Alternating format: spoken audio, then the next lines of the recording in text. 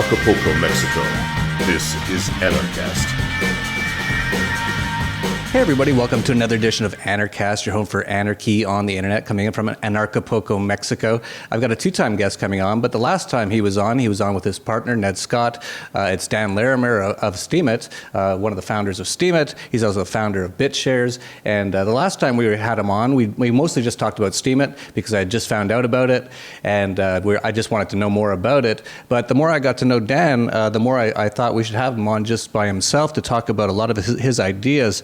One of the things he has on his blog, which is at the bytemaster.github.io blog, it says, I use Austrian economics to engineer the economic incentives which make freedom and nonviolence profitable, which is really interesting stuff, totally ANCAP sort of stuff. So, Dan, it's great to see you again. Thanks for having me on. It's good to be here. Yeah, so let's talk a little bit about your philosophy. I know that you're doing so many things. You're really trying to do what you say on your blog there. Of course, you've done things with BitShares. You've also done a lot with Steemit, which is also very fascinating, an entirely fascinating thing that you've developed there. But I know you're always talking about all sorts of different ideas. So tell us a little bit about what you've been doing and what you're trying to do. So what I realized is that everything in the market is provided by exchange. Even the government is part of the market. If we want to find alternatives to the government, then it has to come from the market. So we either find ways of working together, or we continue to subject ourselves to government and all the violence and coercion associated with that.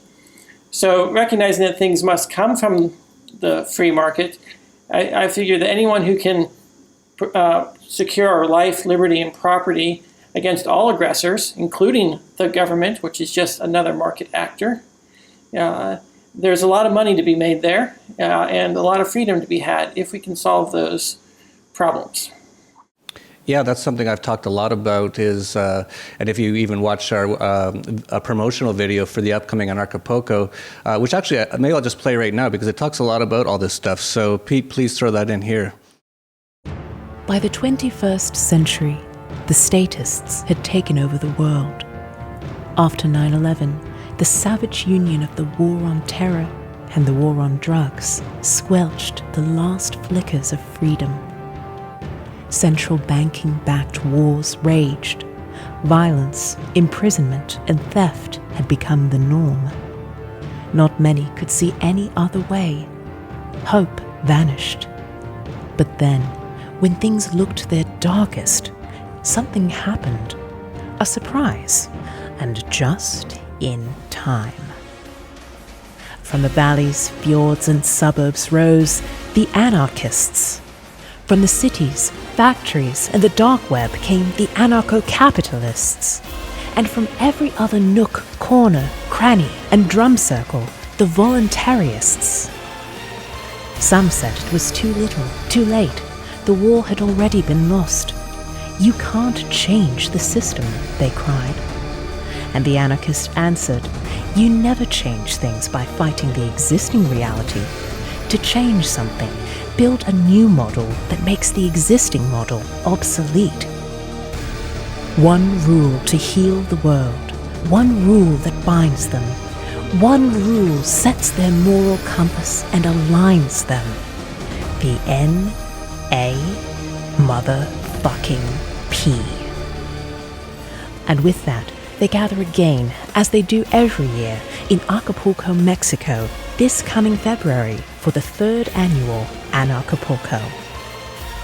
Speakers include Larkin Rose, Jeffrey Tucker, Jeff Berwick, Adam Kokesh, Milo Yiannopoulos, Lauren Southern, Luke Rudowski, Julia Toriansky, Roger Ver, Rick Falkfinger, Dana Martin, Judd Weiss, Max Egan, Josie Wales, That Guy T, Anarchy Girl, Sasha Daygame, Barry Cooper, Mark Victor, Trace Mayer, Ian Freeman and Mark Edge, Rosalind Ross, Tim Moen, Dan Dix, Dale Brown, Christopher David, Stephanie Murphy, Derek J. Freeman, Derek Brose, and many, many more.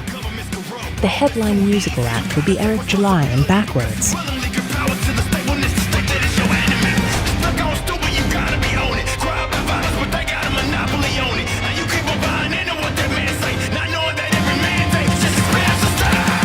in and around the event will also be the Dollar Vigilantes Internationalization and Investment Summit, Change Media University, and the world's largest ayahuasca ceremony held by Barry Cooper, Ayahuascapulco.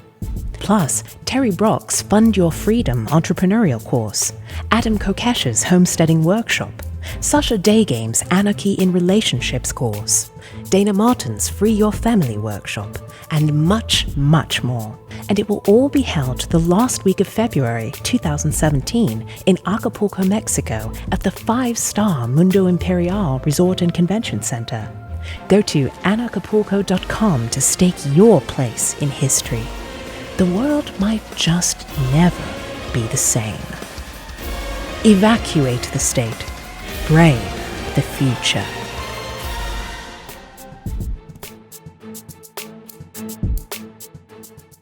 And so as you could see from the video, we talk a lot about we have to create solutions. A lot of the sort of more older school anarchists, they talked a lot about, well, we got to just kill all the government people.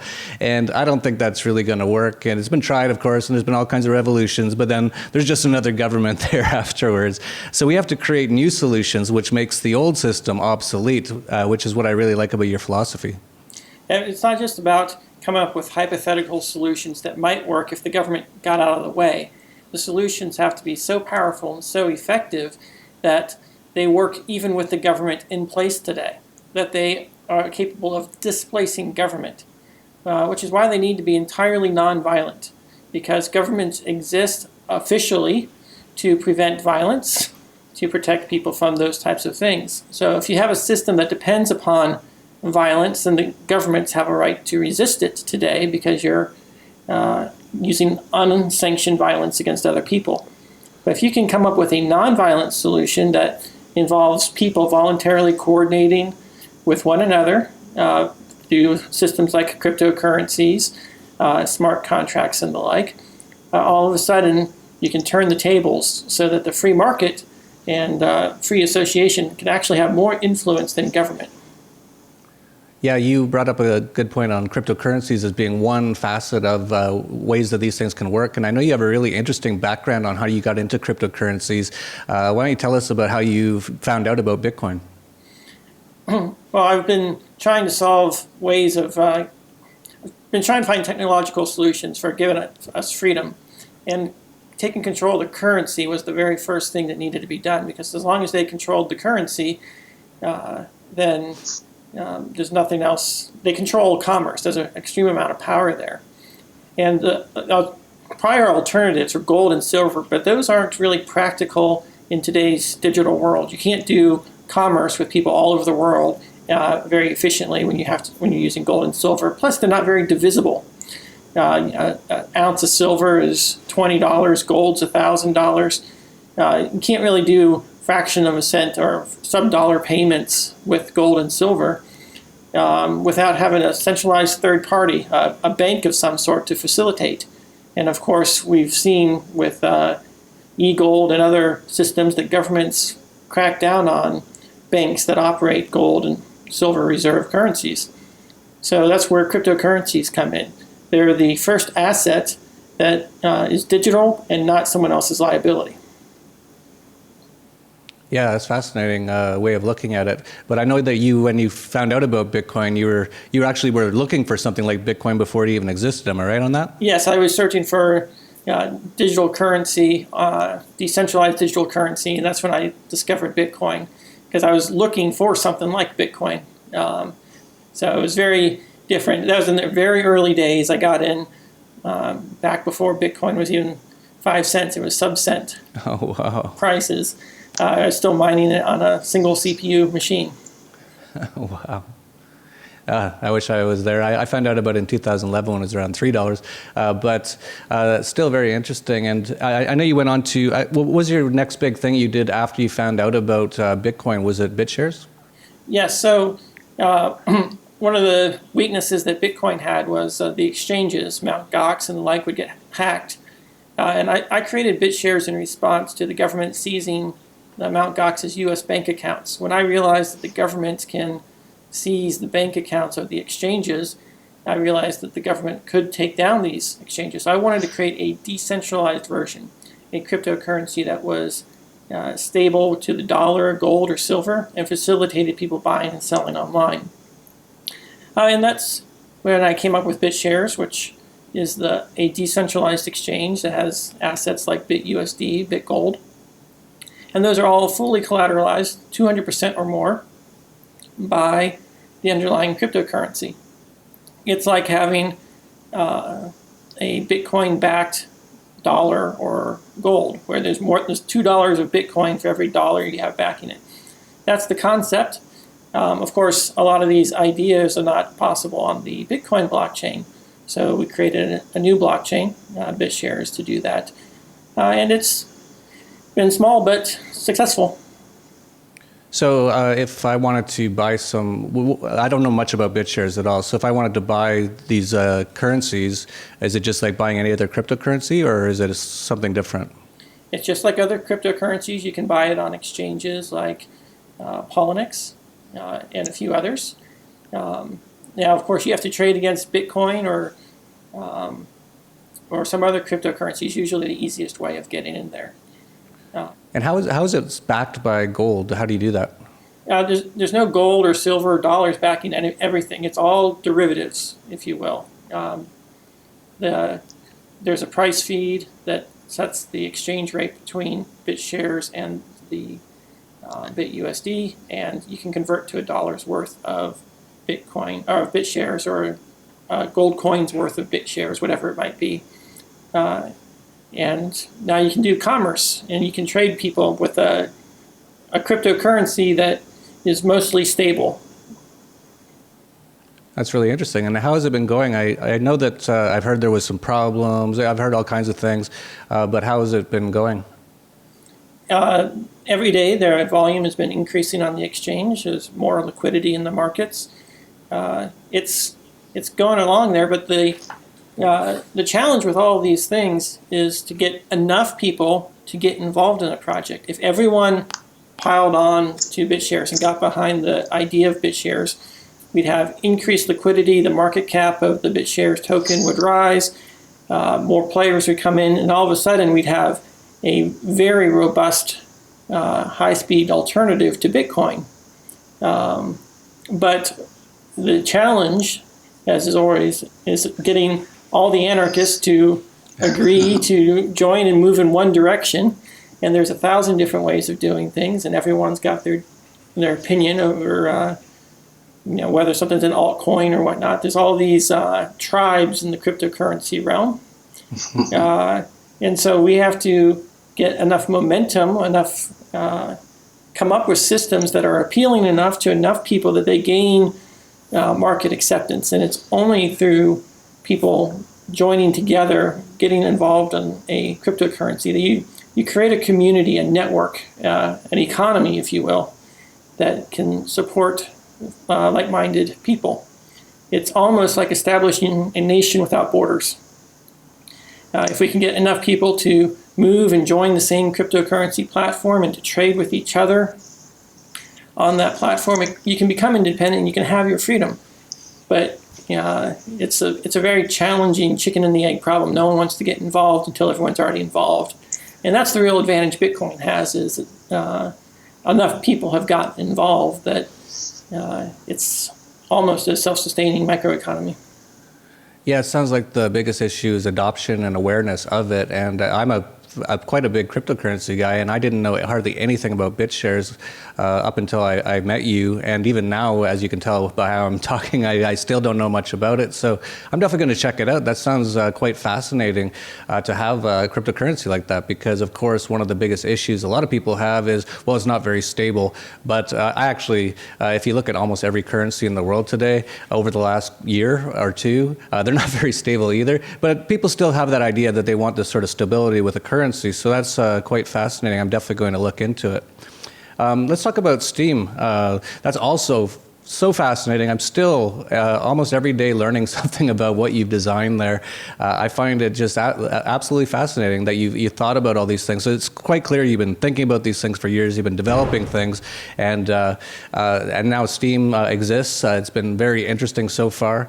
And I know even you're having a conference coming up in November, which I'm going to be speaking at. It's going to be in Amsterdam called Steemfest. You can just go to steemfest.com, November 11th, 12th, 13th. I'll be there speaking. There'll be a lot of developers, a lot of the content contributors. Going to be interesting. But let's talk about when you started Steemit and what was the idea. We started Steemit earlier this year, 2016. And the idea behind Steemit was to start an experiment with a different kind of economic incentive. We wanted to lower the barrier of entry for cryptocurrency so that anyone can get involved, and that there's no longer a mining process that can only be done by nerds in their parents' basements or by high-end factories in China. We want to make it available to everyone and be somewhat democratic or subjective in nature. And so we created a platform that anyone can blog, and the people who use the site steemit.com, they write their blog posts, they write their comments, and other users vote on which comments they like, just like you would on something like Reddit or Facebook. And the blockchain algorithms automatically award tokens, Steem dollars, to participants. And so it works just like Bitcoin. New tokens are created in exchange for work. The difference is that instead of a objective measure like a computational hash, you have a subjective work. How much vote, how popular is the content within the stakeholders of the community? And that has worked very well. We had to solve many problems that hadn't been solved prior to Steem. One of the biggest ones was eliminating transaction fees. All transactions in Steem are free. And as a result, Steem's grown in the span of just 6 months to have half the transaction volume of Bitcoin, which is more than any other cryptocurrency except Bitcoin.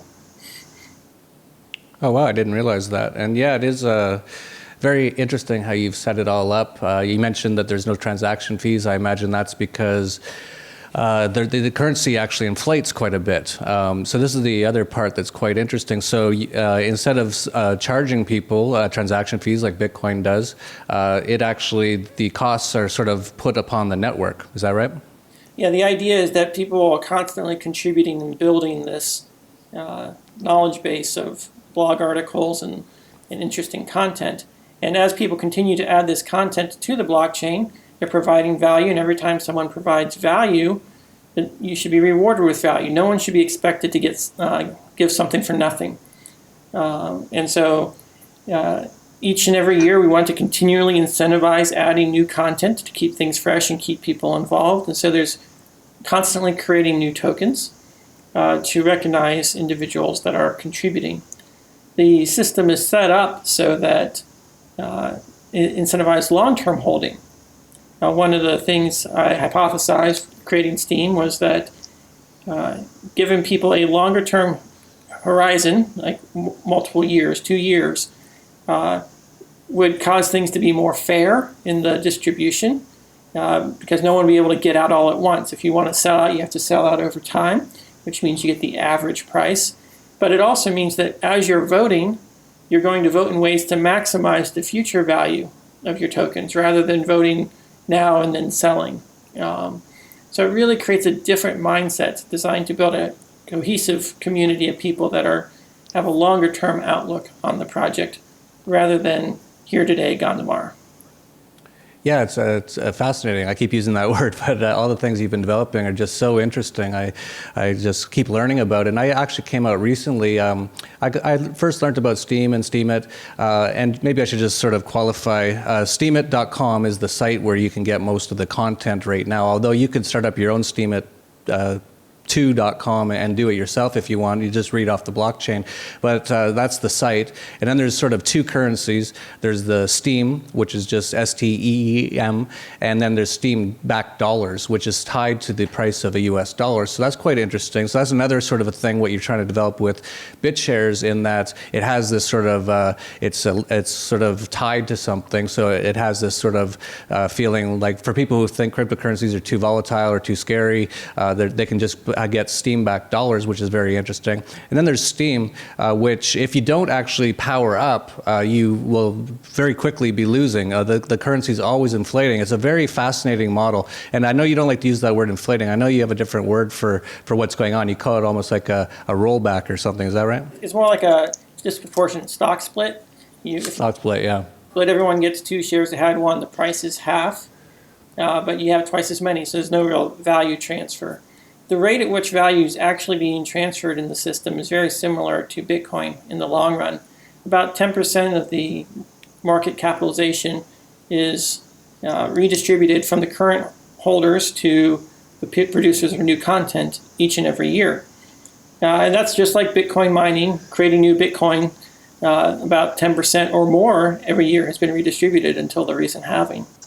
So there's a nice, predictable fixed rate of inflation, but it's more heavily biased toward those who want liquidity, those who get in and out of the market.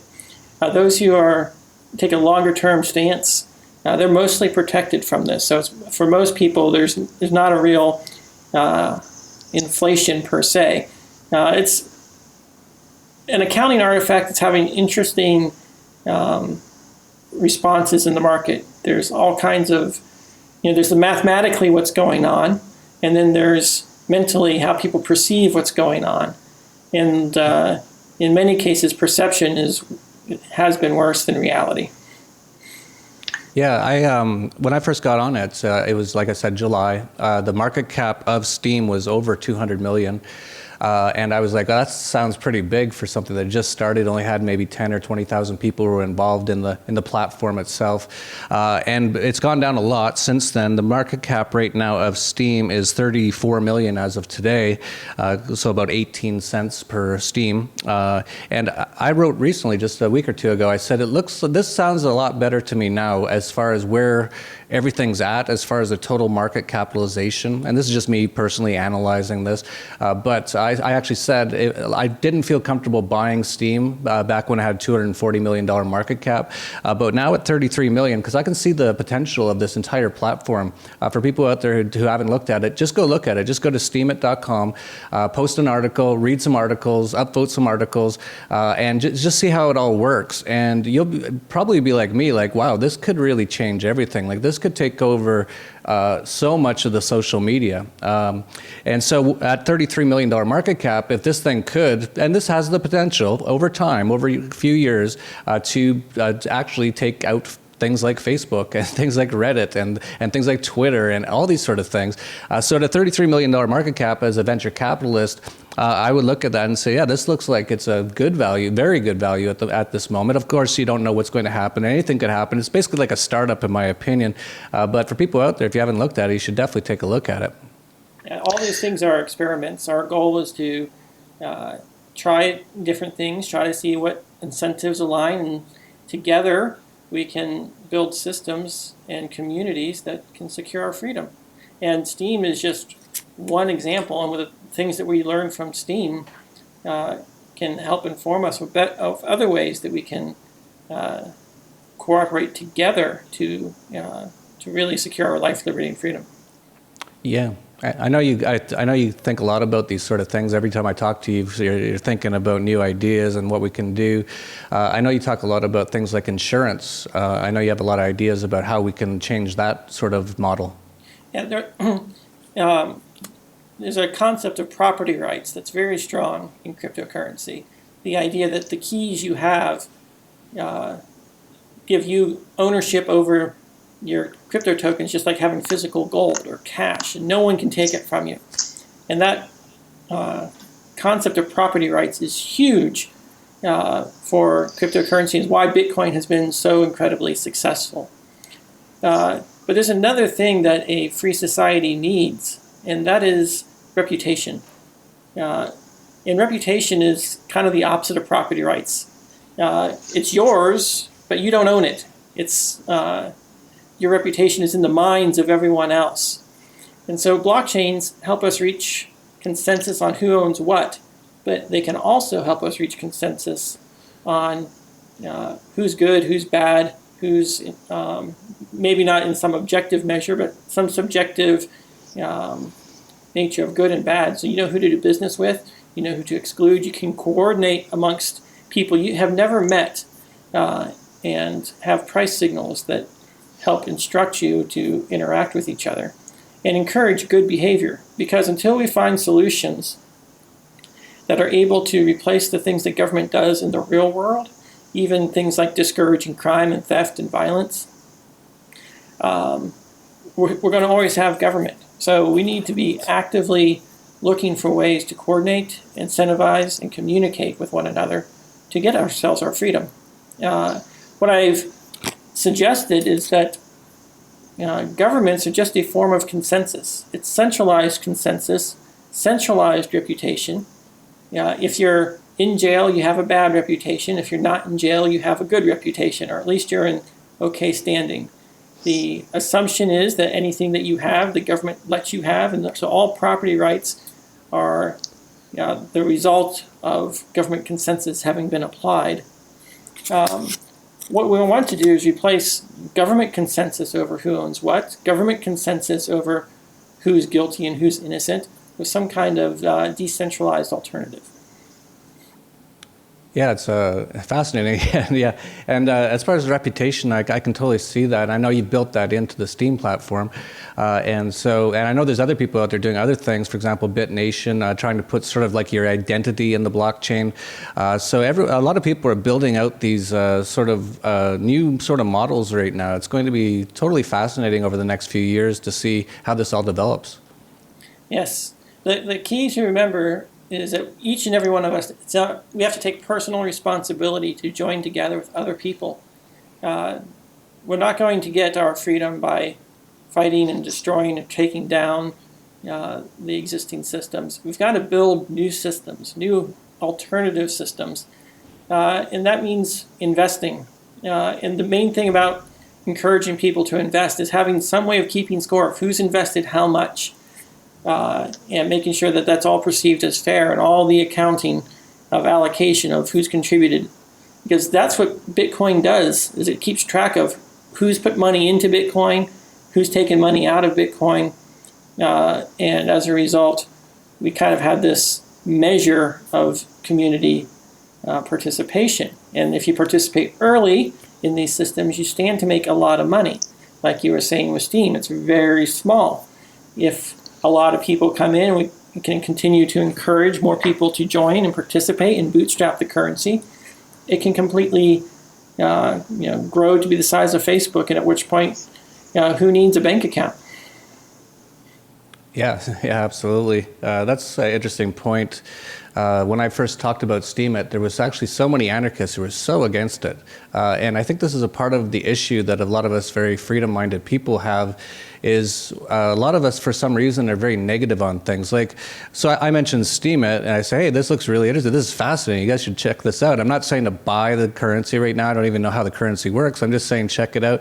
And there's so many haters out there. And I'm like, why don't you hate on the Federal Reserve? Why don't you hate on the government? There's so many things to hate on. Why are you trying to hate on a new system that's just trying to create something which is what actually everyone wants, all the anarchists want, which is to decentralize everything.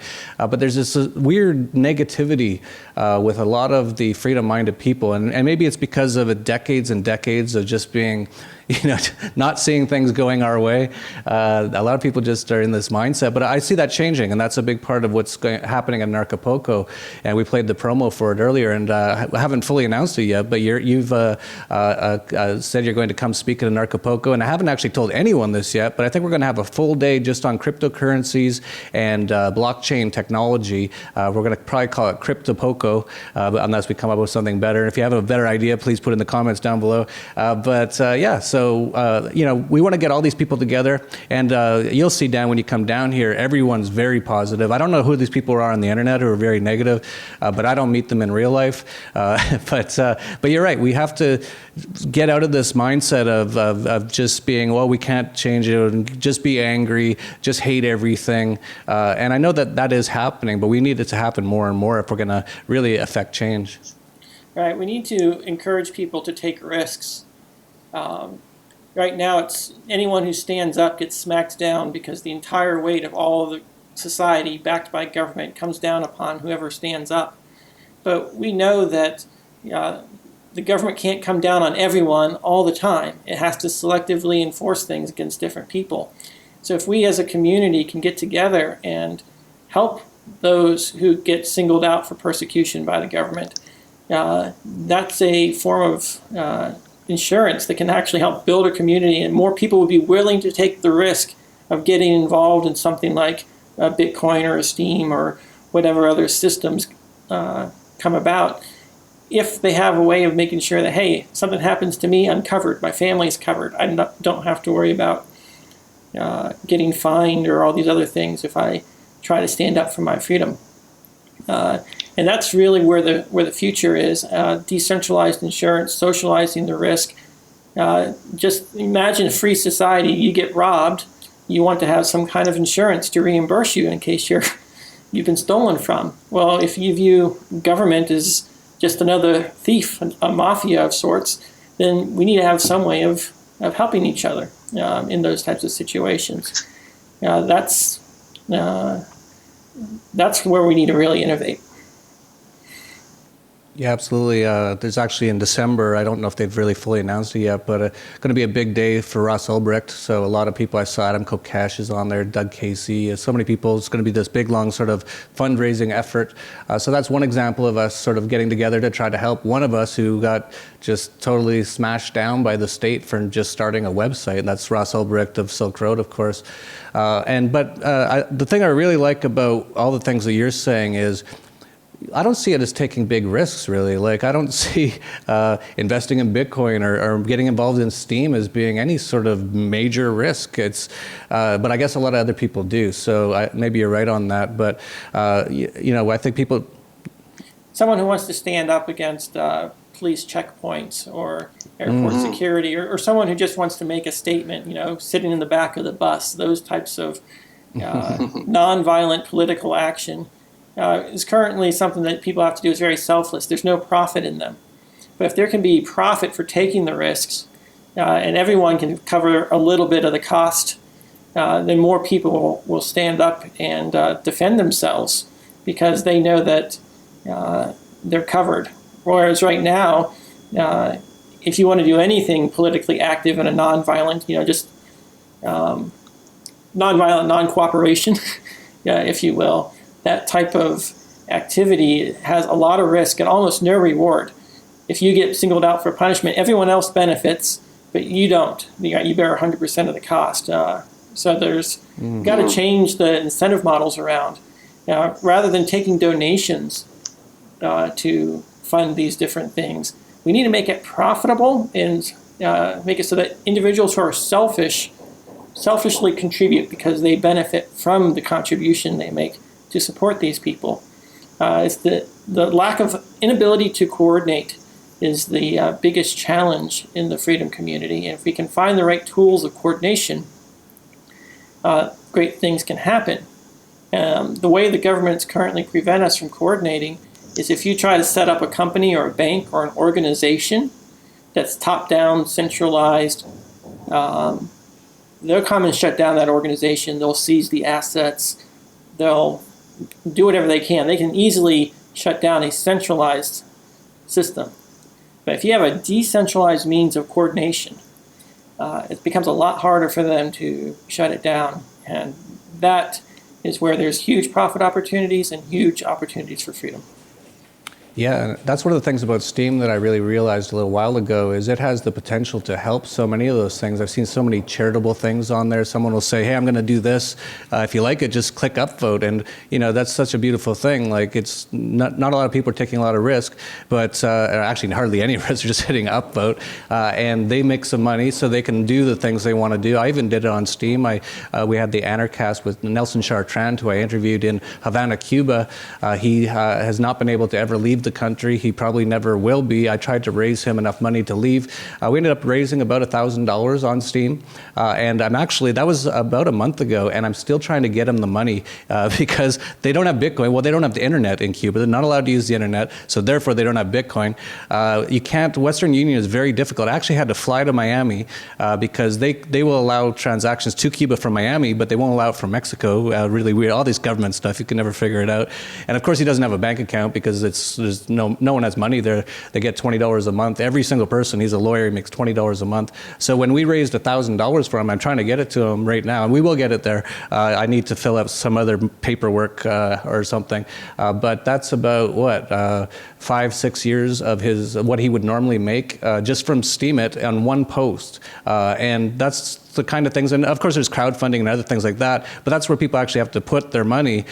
So it's a totally different incentive system that has so much potential. So I really do encourage everyone, just get on Steemit, just get involved. And I don't think, if you actually see how it all works and you get involved and you start posting, you start liking things and stuff like that, you'll see very quickly the potential of this platform. Yeah, you don't have to know how it works to use it, just like you don't need to know how a car engine works in order to drive. So have some fun, get involved, meet people, and start collecting some Steem tokens, and then just hold on to them. Holding on to Bitcoin from when it was started till now, it has huge rewards, but no one at the time thought Bitcoin would amount to anything. It's the same way. There's no risk. It's free to get involved. Come to Steem Fest, and you'll get a couple $100 worth of Steem just for showing up. Yeah, that's another cool thing. Like that, I just every day I see a new way that this can be used. So yeah, you actually get paid to go to this conference. It's just fascinating. Yeah. So I think if we all work together, we are willing to take risks on each other and to cooperate, we can achieve freedom in our lifetime. I think that's a beautiful way to end it. So definitely check out Steem Fest. As I mentioned, it's in November in Amsterdam, and I'll be there. A lot of other really cool people will be there as well. And I know there's going to be so many ideas, just like what we've been talking about here, being thrown around. I know there's so many developers. That's another cool thing about Steem is you actually get paid to develop the platform. So if you come up with an idea and you're a developer, you're really good at coding or whatever it is, and you say, hey, I have an idea, we could get this to be way better, and you post on Steem. But if all the people who are on Steem really like the idea, they'll hit upvote and you'll make a lot of money to create the actual development. It's absolutely fascinating. So check that out. Also check out Anarchapulco at the end of February, where Dan Larimer will be and so many others, Roger Ver, Trace Mayer, so many crypto people, plus all kinds of other anarchists, all trying to create new solutions to create a free world. And I think we're on track. I think we got a lot of things going on right now. So get involved, hit like, that's all you got to do. That's all I've been saying for a while now. Just get involved, hit like, share, subscribe, all those sort of things, and get these ideas out there, and we can very quickly and very easily change the world, all without violence, and it'll be a beautiful thing. So that's it for Anarchast, your home for anarchy on the internet. Peace, love, and anarchy.